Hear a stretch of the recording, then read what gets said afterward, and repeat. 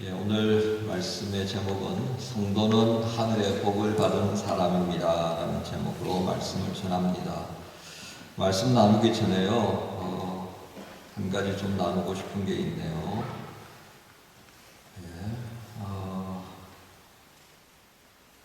지난주부터 말씀을 묵상하고 그리고 또 셀 안에서 나누고 하는 부분들을 제가 말씀을 드렸는데요. 그 과정들이 어떻게 되는지 궁금하던 차에 좀 나누는 기회가 있었습니다.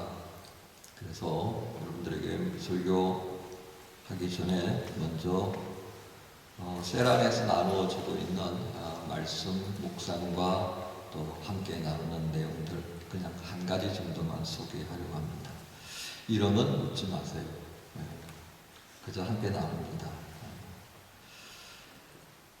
11월 9일자로 되어 있네요. 에베소서 1장 15절부터 23절까지의 내용을 묵상하면서 그 가운데 15절부터 16절의 말씀을 또 묵상하면서 은혜 받은 모양입니다. 이로 말미암아 주 예수 안에서 너희 믿음과 모든 성도를 향한 사랑을 나도 듣고 내가 기도할 때에 기억하며 너희로 말미암아 감사하기를 그치지 아니하고 이 말씀을 보고 들으며 셀원들이 생각났다. 서로의 크고 작은 아픔들과 또 감사한 것들을 나누고 그러한 기도 제목들을 함께 같이 기도해주는 우리 셀원들에게 또 큰 감사와 감동을 느끼게 되었다.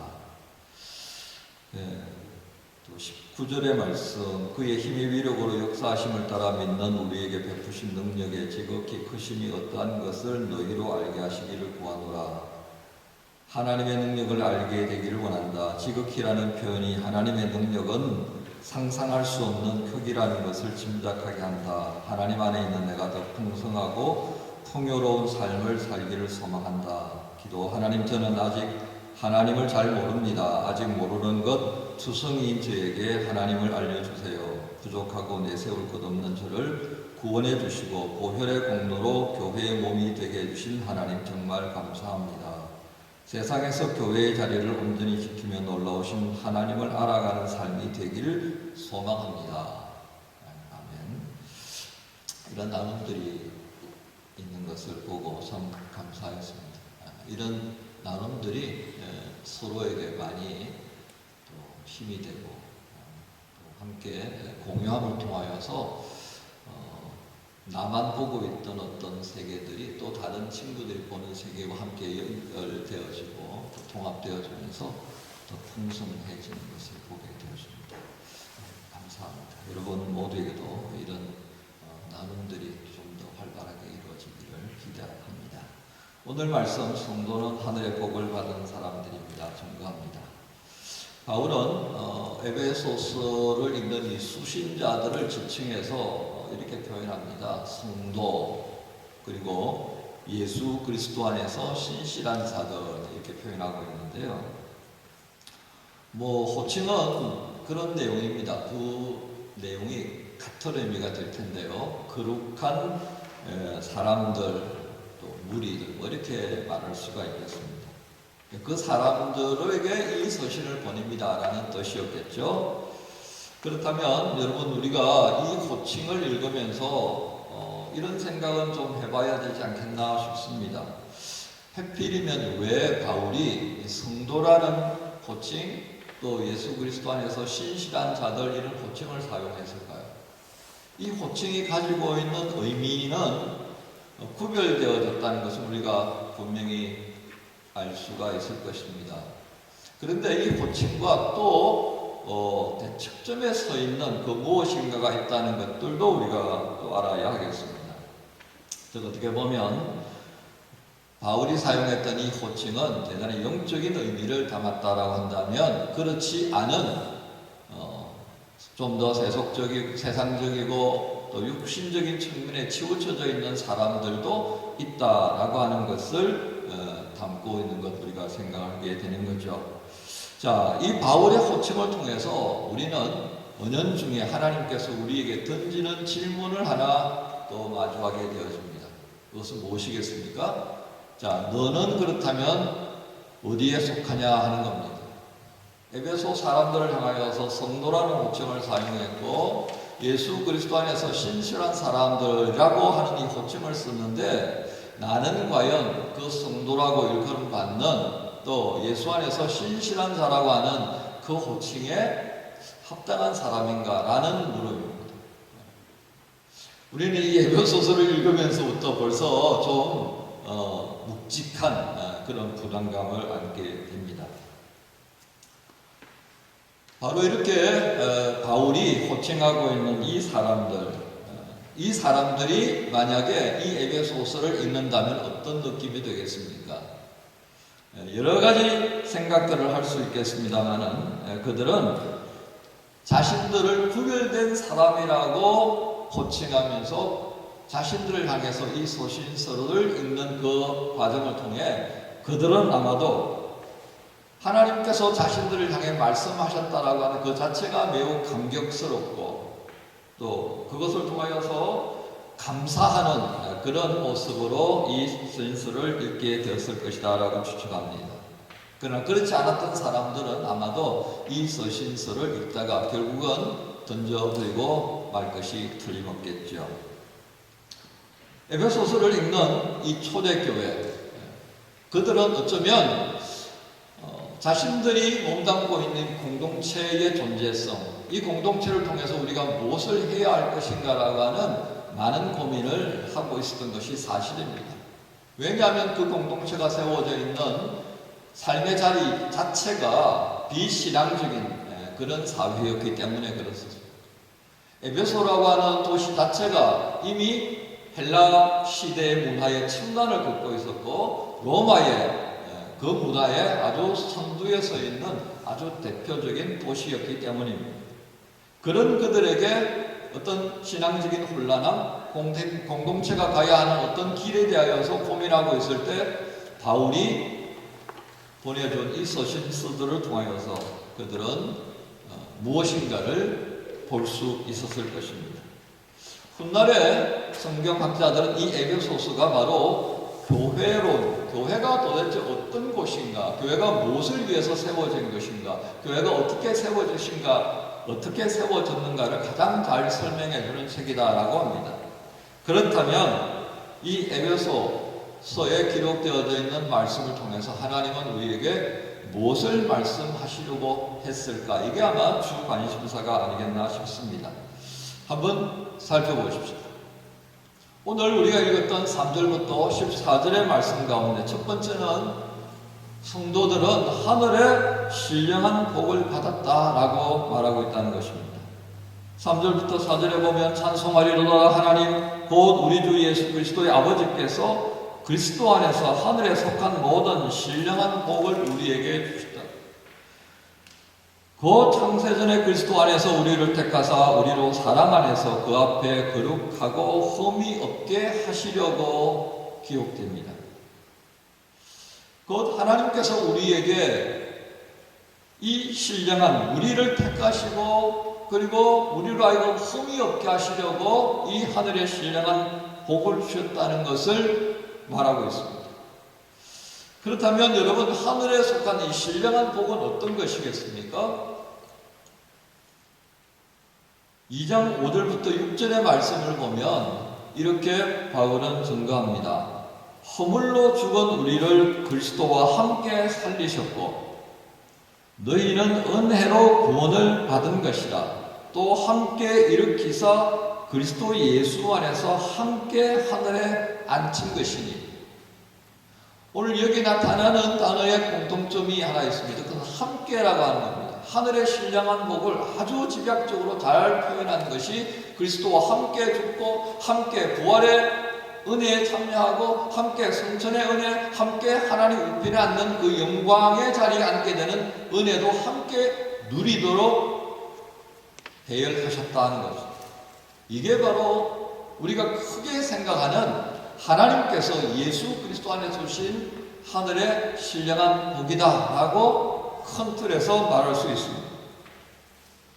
자, 이렇게 하나님께서 예수 그리스도를 통해 보여주셨던 이 하늘의 큰 복은 하나님께서 예수를 통하여서 우리에게 보여주셨던 그 큰 사랑 안에 포함됐다라고 하겠습니다. 자, 이 큰 사랑을 받을 수 있는 이유가 설명이 되는데요. 그것이 바로 1장 5절입니다. 우리가 읽은 내용 속에 그 기쁘신 뜻대로 우리를 예정하사 예수 그리스도로 말미암아 자기의 아들들이 되게 하셨다는 겁니다. 어쩌면 우리는 좀 전에 제가 읽어드렸던 2장 5절부터 6절에 있는 이 말씀까지도 포함하는 것이 바로 1장 5절에 있는 내용이라 하겠습니다. 기쁘신 뜻대로 우리를 예정하사 예수 그리스도 안에서 우리를 하나님의 아들이 되게 하셨다, 자녀가 되게 하셨다는 겁니다. 그 자녀에게 어버이 되는 하나님께서 아낌없이 다 주시는 그 엄청난 복을 우리는 여기서 보게 되는 겁니다. 그러니까 우리가 세상적으로 보면 어떻습니까? 우리가 상속받을 몫이 있다면 그건 뭐예요? 뭘 우리가 상속받는다는 겁니까? 하늘에 있는 그 좋은 것들을 우리가 받게 된다는 것을 말합니다. 여러분, 왜 바울은 이 에베소 교회 성도들, 신실한 사람들에게 왜 이 하늘의 신령한 복을 지금 이 서두에서 이야기하는 것일까요? 세상에서 누리는 복은 좀 어떻습니까? 좀 굉장히 제한적입니다. 그렇죠?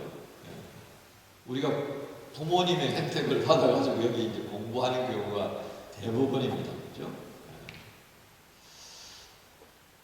자, 뭐 그렇게 보면 그렇게 해서 부모님으로부터 받았던 여러 가지 것들은 어떻습니까? 상황이 좀 바뀌어지면 더 이상 쓸 수가 없게 됩니다. 다른 예를 들어서 부모님이 안 계시는 상황, 부모님의 사업이 어려워진 상황, 부모님의 직장이 끊어져 버린 상황, 가정경제가 어려워진 상황, 이거 뭘 얘기하죠? 상황이 조금만 바뀌어져도 우리가 누리고 있는 그 모든 것들이 어려움에 직면하게 됩니다. 2010년인가요? 그때 금융위기가 왔을 때 환율이 1유로당 2,000원까지 올라갔습니다. 많은 유학생들이 돌아갈 수밖에 없었습니다. 여기 그때에 우리 정경락 집사님 그때 공부했죠, 그죠? 저도 그때 공부 이제 거의 다 끝났던 시점이고, 또 교회를 증명받아서 심호를 하고 있었기 때문에 그 위기를 넘어갈 수 있었습니다. 간발의 차이.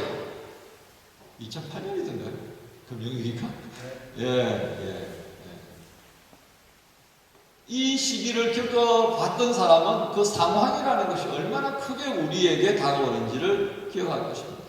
즉, 이 세상에서 누리는 복이라는 것 자체가 그렇다는 겁니다.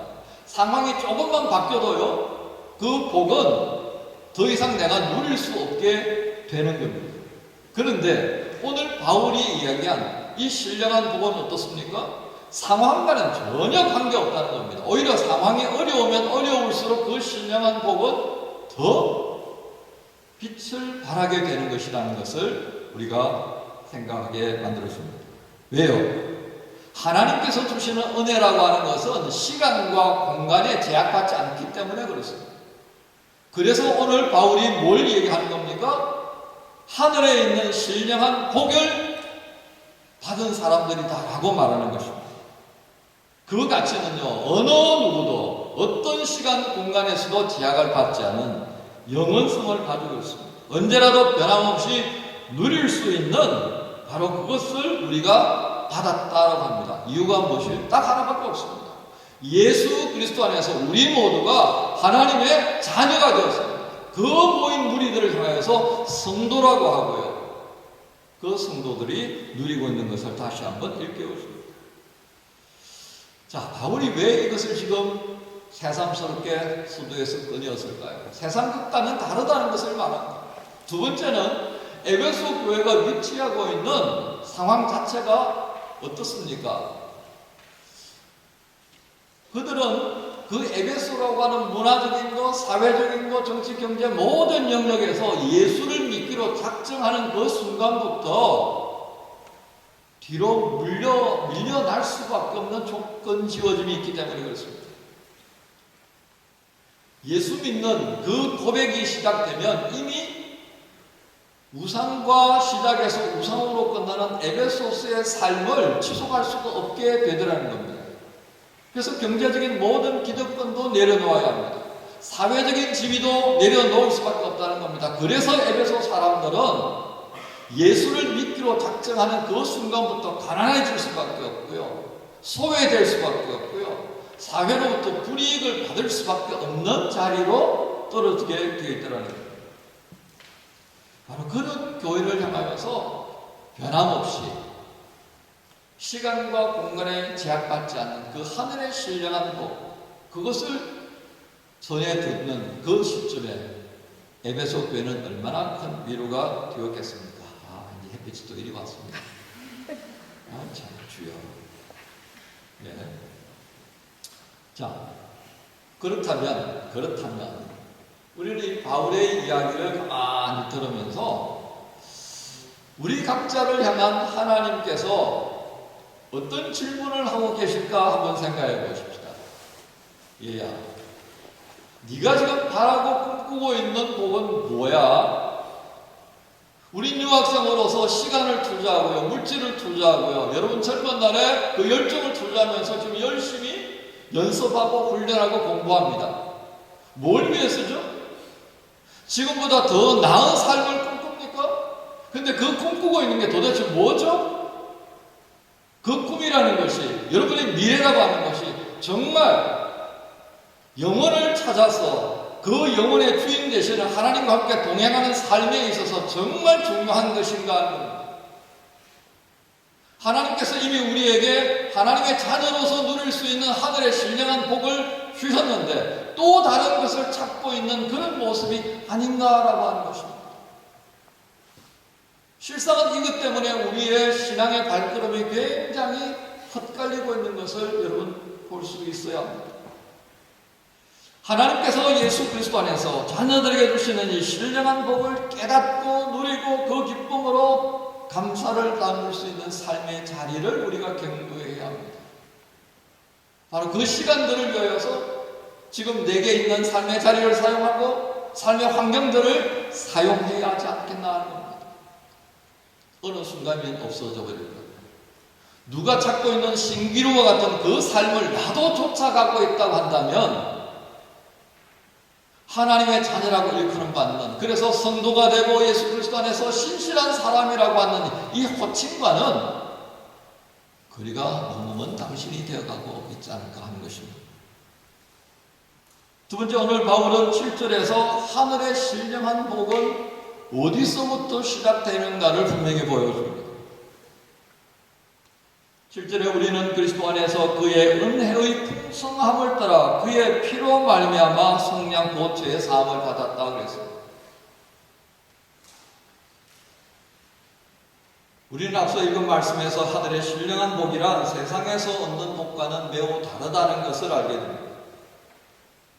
그런데 이 하늘의 신령한 복의 첫 번째가 뭐라고 했느냐 하면 바로 그의 피로 말미암아 속량 곧 죄의 사함을 말합니다. 에베소서 2장 5절에서 우리가 그리스도 예수와 함께 죽었다라고 하는 것과 같은 맥락이라 하겠습니다. 바울은 신령한 복을 받은 우리가 얼마나 귀한 사람인가를 말하기 위해서 이 속량함, 죄 사함을 위하여서 하나님이 계획하신 것이 언제부터였던가를 우리에게 말합니다. 그는 우리에게 이것을 언제부터라고 말하고 있습니까? 창세 전부터 이렇게 말합니다. 창세 전부터. 바울이 이렇게 말한 이유가 무엇이죠? 정말 이해가 안 되는 내용이기도 합니다. 창세 전부터 너도 나도 만들어지기, 이 모든 우주가 만들어지기 이전부터 예정하신 일이 나의 죄 사함이었다. 이 복잡한 말 대신에 어떻게 우리가 간단히 표현할 수 있겠습니까? 하나님께서요, 우리 인생들을 사랑하시되 어떻게 사랑하셨다고요? 엄청나게, 무지막지하게, 경상도 사투리로 억수로 사용하셨다. 말로 표현할 수 없고 우리의 생각, 지각, 능력으로는 도무지 이해할 수 없는 그 엄청난 사랑을 우리에게 가지고 있다라고 하는 것을 바울은 이렇게 표현하고 있습니다. 뭘 좀 못해도요, 때로 실수를 많이 하고요, 하나님과 엇박자를 가지는 그런 나도 어떻게 하신다고요? 엄청 사랑하셨다는 겁니다. 그래서 그 엄청 사랑하는 나를 위하여서 내가 만들어지기 이전에, 그 영원 전부터, 시간이 생기기 전에, 우리가 공간이라고 부르는 것이 생기기 전부터 하나님은 계획하신 일이다라고 하는 것을 바울은 이렇게 표현한 것입니다. 그렇게 사랑하시는 하나님의 사랑을 우리가 알 길이 없으니까 누구를 통해서요? 사람으로 오신 예수 그리스도를 통해서 보여주셨다는 것을 우리에게 말하고 있습니다. 하나님은 우리를 다른 어떤 피조물보다도 더 사랑하신다는 것. 그래서 이 특별한 존재, 정말 사랑하시는 이 나를 위하여서 예수 그리스도의 피를 통해 그 죄와 허물로 죽을 수밖에 없는 그 날만을 기다리고 가고 있는 나를 불러다가 씻어주시고 덮어버리셨다는 겁니다. 그러니까 뭐만 보여요, 이젠 우리에게는? 씻어주시고 덮어버렸으니까 뭐만 보인다는 겁니까? 예수의 보혈만 보이는 겁니다. 그래서 우리가 예배드릴 때도, 우리가 기도할 때도, 우리가 찬양할 때도, 주님의 이름으로 봉사할 때도 뭐가 보여야 됩니까? 내 이름이 보이는 것이 아니라 예수의 보혈이 보여져야 된다라고 하겠습니다. 그런데 그렇게 생각하면 참 부족한 게 많죠, 그죠? 예수 보혈이 보이기를 원하지만 내 이름이 드러나고 내 얼굴이 드러나고 그렇게 살아가고 있습니다. 자, 그런 우리에게 이 큰 선물 받은, 이 은혜 받은 것들을 어떻게 표현해야 될까라고 할 때 바울은 말합니다. 그것을 이렇게 표현하십시오. 여러분들은 하나님의 크신 은혜를 받은 겁니다. 전적인 하나님의 은혜를 받은 겁니다. 여러분들은 선물 받았다라고 말씀하셔야 됩니다. 라고 하는 것입니다. 자, 그렇다면 이 은혜 받고 선물 받았으니 우리 어떻게 살아야 합니까? 기쁘게, 감사하게 그렇게 살면 되지 않습니까? 근데 세상 근심이 너무 많아요. 세상 근심이 너무 많아요. 졸업연주 어떻게 해야 될까? 학기 말에 포트 어떻게 해야 될까? 의학시험 어떻게 합격해야 될까? 아이고, 시집장가도 가야 되는데 집은 언제 사? 귀국해야 되는데 귀국하려고 보니까 귀국해서 뭘 하지? 석사 마치고 난 다음에 더 진학을 해야 되나 말아야 되나? 독일에서 해야 되나? 한국에서 해야 되나? 언제 해야 되지? 자고 일어나면 근심 걱정입니다. 우리 교회 식구들이 자꾸 늘어나니까 이 늘어나는 식구들을 어떻게 목회하지? 이 생각. 아, 교회가 자꾸 공사 중인데 예배자를 옮겨야 되는데 어디로 가서 예배자를 옮기지? 올 연말에 청년들과 함께 수련회해야 되는데 어디서 수련회하지? 지하 강당은 아직도 안 끝난다고 그러지? 자고 일어나면 근심이에요. 자고 일어나면 걱정이고. 근데 밤에 자다가도 꿈속에서 뭐예요? 공사 현장이 보이고.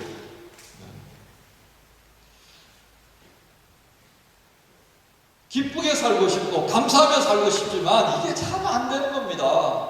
그래서 어떻게 하는 것이 필요해요? 함께 사는 게 필요합니다. 누구랑요? 그리스도와 함께 가는 겁니다. 성령님과 함께 가는 겁니다. 그래서 오늘 말씀 속에 뭐예요?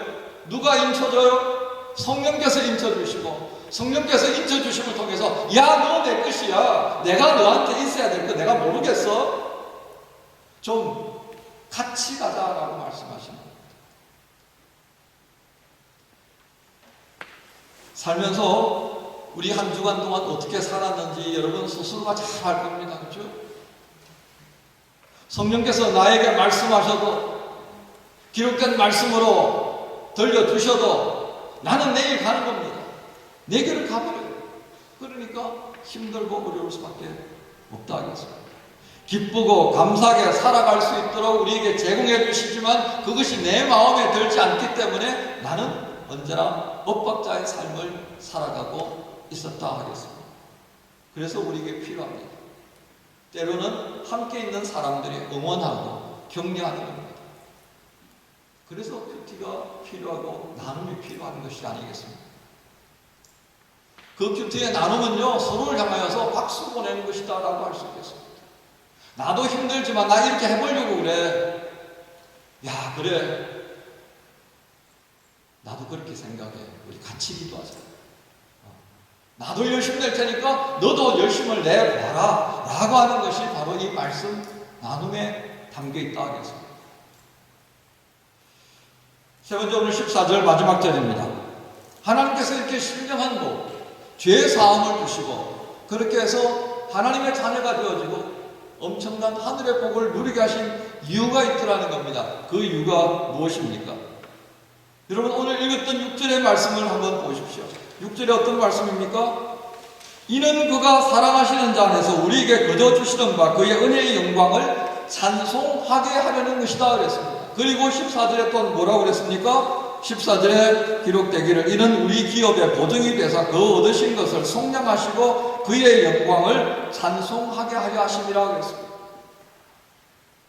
6절에도 찬송, 14절에도 찬송. 찬송이 뭐라는 겁니까? 하나님께서 우리를 속량하시고 죄 사함으로 덮으시면서 하나님 자녀되게 하시고 그 자녀들에게 하늘에 신령한 복을 주신 것은 딱 한 가지입니다. 하나님을 향하여서 찬송하는 삶. 그러니까 성도는 결국 어떤 사람이라는 겁니까? 하나님께서 베풀어 주신 그 은혜, 하나님께서 주신 선물을 받은 사람으로 하나님께 찬송하는 겁니다.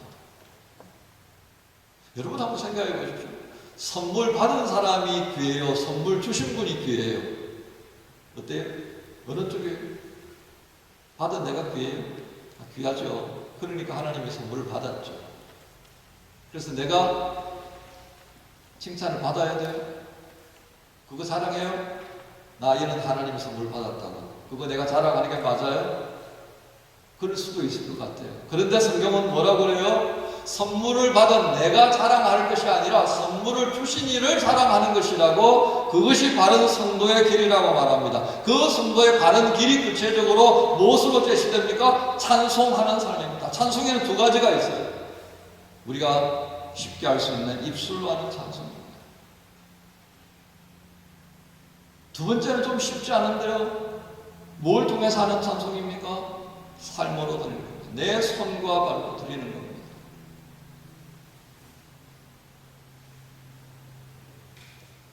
찬양 중에 소원이라는 제목이 있는 것을 여러분 아실 겁니다. 삶의 작은 일에도 그 마음을 알기 원하네. 그 길, 좁은 길을 가기 원해. 나의 작음을 알고 그분의 크심을 알며 소망 그 깊은 길로 가기 원하네. 이 소원에 담겨있는 찬양 가사를 가만히 여러분 묵상해 보십시오. 성도의 삶은 결국 뭐라고 하는 것입니까? 찬양이라고 했는데 그 찬양의 모델은 누구에게서부터 비롯되겠습니까? 바로 그리스도 예수의 모습. 좁은 문으로 가시는, 그 좁은 길로 가고 그 좁은 문으로 들어가시는 예수님을 생각하면 결국은 우리가 찬송한다는 것은 나에게 하나님의 자녀로서의 호칭을 허락하시고 그 복을 누리게 하시기 위해서 그리스도께서 그 좁은 문으로 가셨다는 것을 기억해야 합니다. 그리고 우리 또한 그 좁은 문으로 들어가라고 하셨던 예수의 말씀을 잊지 않아야겠습니다.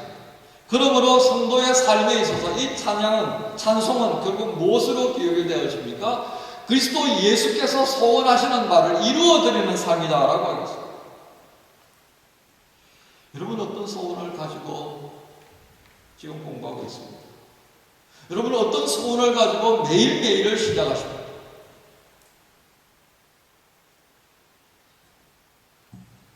하나님께서는 바울을 통해 예수 그리스도 안에서 붙여주신 이 성도라고 하는 호칭에 합당한 소원을 가지며 살아가기를 기대하십니다. 여러분, 우리가 받은 것을 당연한 것으로 여깁니까? 그러면 그것은 더 이상 은혜가 되지 않는 것입니다. 그것은 더 이상 선물이라고 할 수가 없겠습니다. 당연히 내가 받을 건 받았는데 그게 무슨 선물입니까? 그런데 우리가 받은 것을 당연한 것으로 여기지 않고요, 감사로 받는 이의 모습을 가장 참 잘 드러내어진 주는 그런 최근에 예화가 있어서 여러분에게 소개합니다. 유튜브에 올라온 내용인데요, 중국의 어느 도시에 국수집을 운영하는 사장님이 계셨다고 합니다. 그 사장님은 매일 그 근처에 있는 노숙자를 불러서 국수를 대접했다고 합니다. 국수를. 어느 날 이 노숙자 되시는 분이 20위안, 한국 돈으로 4,000원 정도 된다고 그래요. 그걸 내밀면서 국수를 달라고 하는 것입니다. 그래서 이 사장님이, 아니 무슨 말씀이냐고, 내가 당신을 대접하는 마음으로 내가 이렇게 대접하는 건데 무슨 내가 돈을 받겠냐고 이렇게 합니다. 그러자 이 노숙자가 하는 말이 그렇습니다. 내가 돈이 없을 때는 그냥 받을 수밖에 없었습니다. 그런데 이제 내가 돈이 생겼으니까 내가 마땅히 이 국수값을 드려야죠. 그게 제 할 도리입니다. 라고 하더라는 것입니다. 그 자막에 그렇게 나와요. 사장님이 갑자기 노숙자를 존경하는 마음으로 보는 그런 댓글이 있어요. 다시 보게 됐다 이거예요. 당연한 것을 받아서 먹고 계시는 줄 알았는데 아니더라 이거예요. 늘 그분의 마음속에는 이 국수집 사장에 대한 감사한 마음이 있었다는 거예요. 그래서 20위안이 생기자, 돈 4,000원이 생기자 국수값을 내밀면서 국수 주세요 했다는 겁니다. 저는 그 영상을 가만 보면서요, 그런 생각이 들었습니다. 우리가 주께로부터 받는 이 은혜, 은연중 시간이 가면서 왜 이것 안 주십니까? 하고 있더라는 겁니다. 당연히 내가 받을 것, 그 권리를 가진 것처럼 말입니다. 아버지가 됐으니까 자식에게 당연히 줘야죠. 라고 하는 모습이 있더라는 것이었습니다. 그러니까 안 주면 삐지고, 조금 덜 주면 더 달라고 쌩떼쓰고, 투덜대리면 투덜대지 찬양도 잘 안 하고 감사도 잘 안 하는 그런 모습이 있더라는 것을 보게 되었습니다. 여러분, 날마다 제공받는 국수에 대하여서 감사함으로 받는 이 노숙자의 모습에서 오늘 우리 성도라고 일컬음받고 예수 그리스도 안에서 신실한 사람이라고 일컬음받는 나의 모습을 또 한번 돌아보게 되면서 다시금 감사를 어떻게 해야 되겠는가를 배우게 됩니다. 여러분, 다음 주일은 추수감사주일입니다. 2022년 한 해 동안 하나님께서 우리를 자녀로 대해주시고 부어주셨던 그 은혜, 주셨던 선물들이 얼마나 되는지 한번 헤아려 보십시다. 그리고 곰곰이 써내려 가십시다. 그리고 우리가 드려야 할 감사의 찬송, 즐겁고 감사함으로 준비해서 올려드리십시다. 그 마음으로 다음 주일 추수감사주일 예배에 참여하십시다. 그리고 이 한 주간 지내시면서 우리에게 주신 하늘의 복을 조금 더 구체적으로 깨닫게 해주시기를 기도하십시다. 그리고 하나님을 향해 온전한 찬송을 올려드릴 수 있는 그런 성도가 되기를 기도하십시다. 그 기도의 날들이 더해진 이후에 주일 예배는 주께서 또한 더 허락해 주시는 풍성한 은혜로 가득 찬 감격 있는 예배가 되어질 줄로 믿습니다. 하나님께서 여러분 모두를 참으로 사랑하십니다.